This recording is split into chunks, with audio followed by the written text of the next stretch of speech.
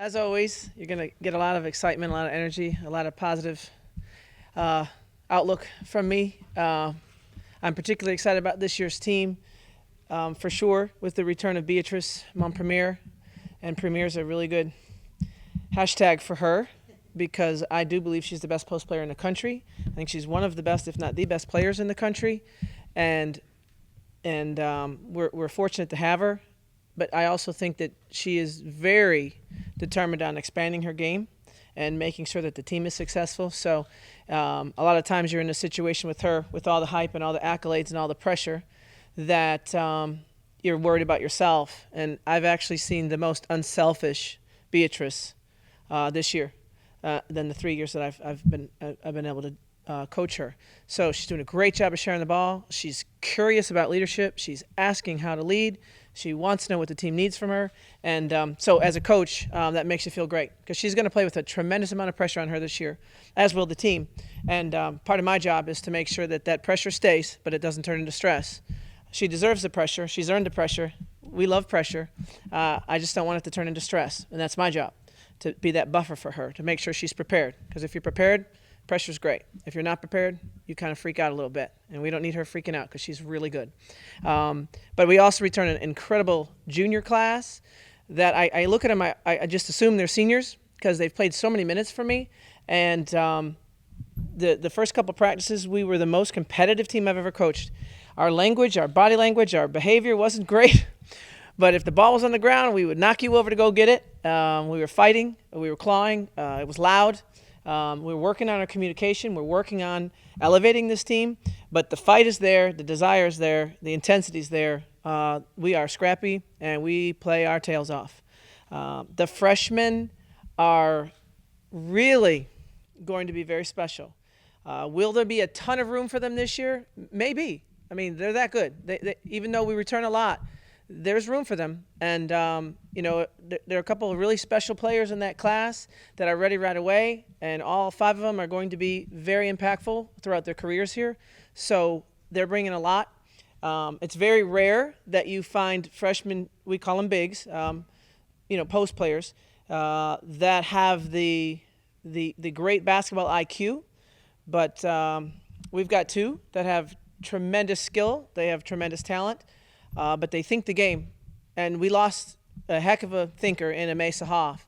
That was probably my number one concern is, do we have the IQ in the post position? Beatrice has a tremendous IQ, but we lost such a bright player in Mesa and such an incredibly bright player in Laura Cornelius and Kayla Prather.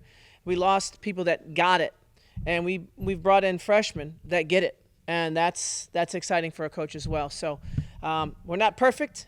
We've got a lot of flaws, but I am excited, and we have quality depth.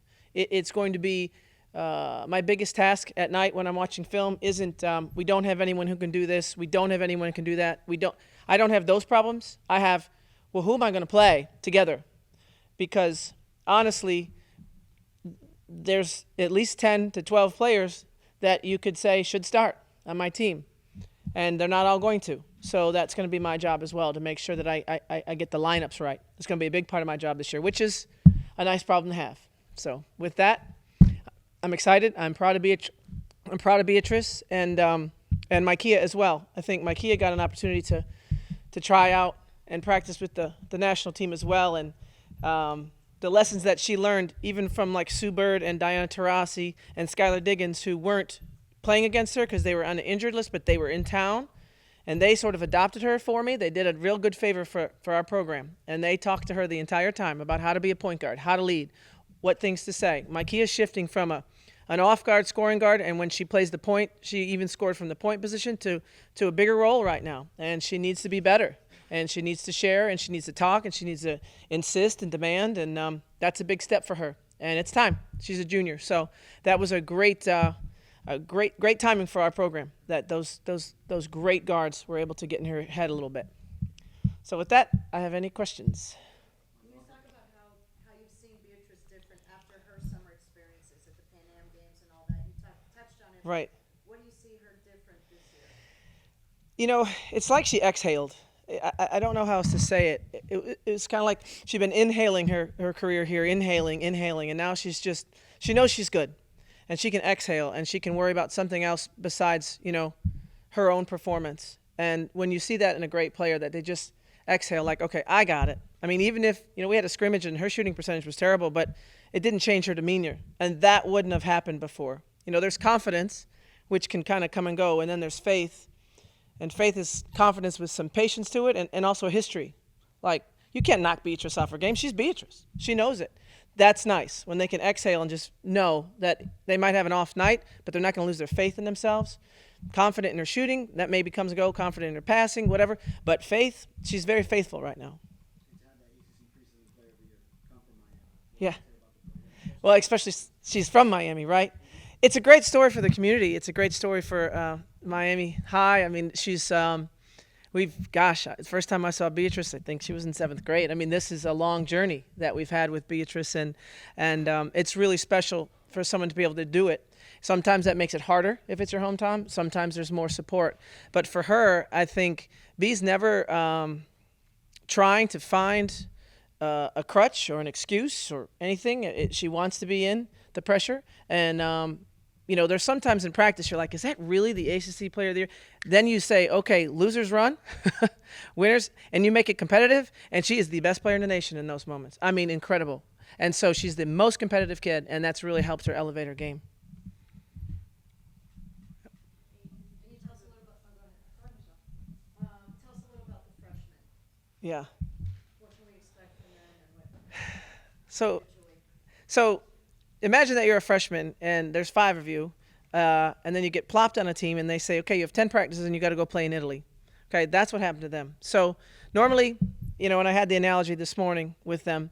So normally freshmen, they're in cold water at first, and then you kind of turn the heat up a little bit and it's lukewarm, and then eventually it grows to a boil, And then, so today my question to them was, are you an ice cube? Are you a potato? Or are you an egg? And they're like, this is like 8 in the morning. Like, what are you talking about? I'm like, seriously, it's time. They're ready.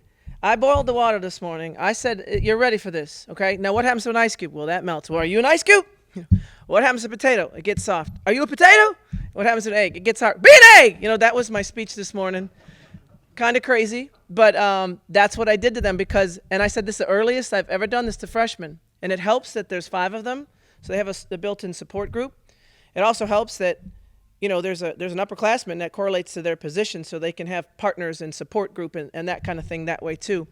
But they're ready. I mean, they're ready. They'll make 1,000 mistakes, and that's okay because it doesn't change how aggressive they are, and they make quick decisions. They make quick decisions for a freshman class. They're good. So I'm excited about that because this is not an easy team to just mesh into. I mean, we're playing at a high level and we're used to winning, and there's a lot of pressure. And if I boil the water, maybe there's a little bit of a potato, but there's no ice cube out there. They're tough. I added the ice cube part. I'd heard about it from the same water that softens a potato hardens an egg. That's some saying out there. And so I had that in my head, but it just flew out of my mouth. It really did. I threw in the ice cube. Yeah. Yeah. Right. How do you think that they're doing, and how have they kind of found their footing, not just Right. Well, Kenza, salg. That's how you say it. Salg. You have to say the g at the end. She gets mad if you get it wrong. Kenza came in injured. So that's been a real challenge for her. She's from France. She's a great player from France. She took a year and played amateur, but played in a very high level in France and kept her amateur status, and is going to be very, very good for us.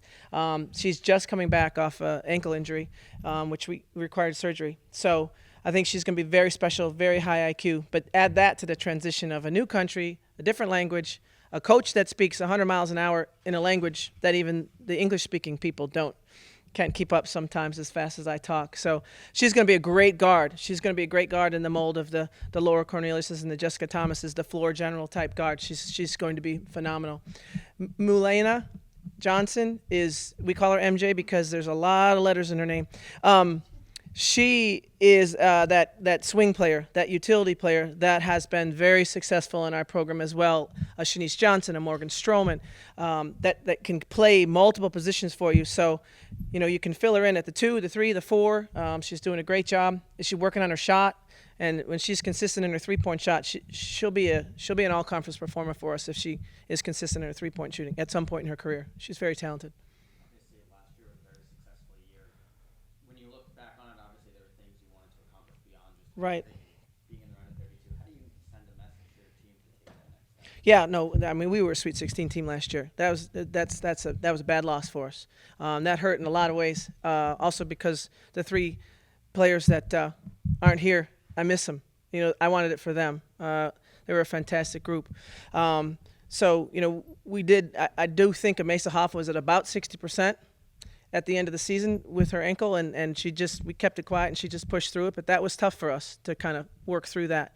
But moving forward, we're working on special situations. First practice. I mean, get the ball in bounds, ladies. I mean, that's honest. So I'm not hiding from anything here. We had an opportunity to go to the Sweet 16 and couldn't inbound a ball, and that's part of your program's history. It's part of the arc of your growth, and we're going to inbound a ball this year. We'll fix that. Yeah.